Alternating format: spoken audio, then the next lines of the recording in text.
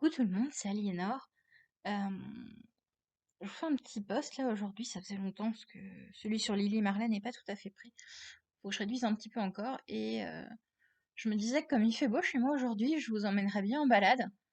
Euh, Est-ce que ça vous tente d'aller visiter la base du RAF Beachy Head? Alors ce sera pas la vraie base parce que j'ai cherché et chose que je comprends, on ne trouve pas de vue aérienne de la base aujourd'hui.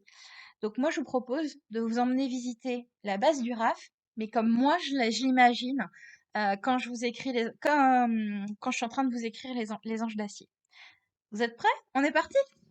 Allez, on ferme les yeux, sauf si vous êtes au volant. Là, vous les gardez bien ouverts, vous surveillez la circulation.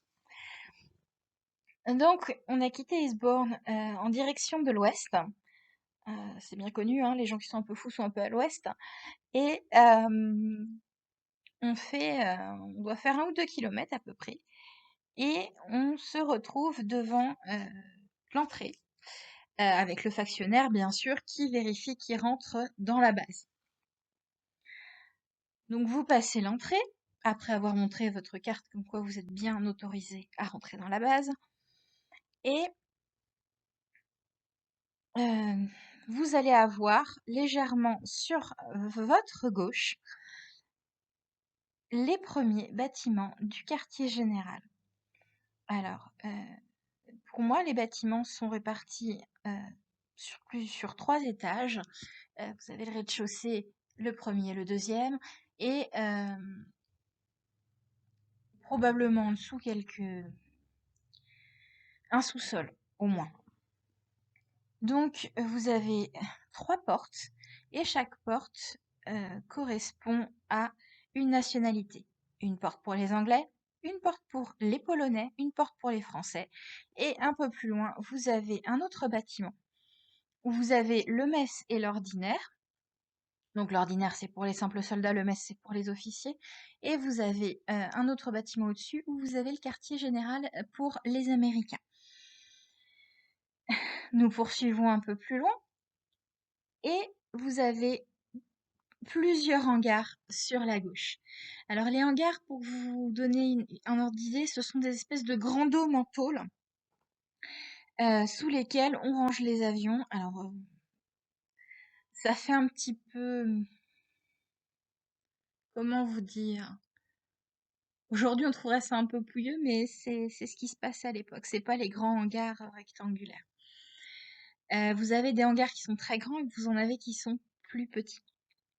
Vous avez également entre les hangars des espaces en pelouse sur lesquels sont stationnés des avions. Alors des avions dans divers états d'avancée et de vieillesse, voire en pleine réparation pour certains. Comme je l'ai dit dans un des chapitres, certains servent pour les pièces. On continue un tout petit peu plus loin. Donc, on va repasser sur votre gauche et vous avez une belle place qui sert pour les levées des couleurs et les cérémonies. Légèrement en retrait, nous allons tomber sur la blanchisserie. Et un petit peu plus loin, en revenant légèrement en face, vous aurez l'infirmerie. On va continuer un petit peu vers le fond. Vous avez d'autres hangars, dont celui de vos aviateurs préférés, qui est à peu près le 5e sur la droite après l'infirmerie. Et nous allons arriver à la piste, aux pistes, décollage, atterrissage, et bien évidemment la tour de contrôle. J'espère que la balade vous a plu. À bientôt!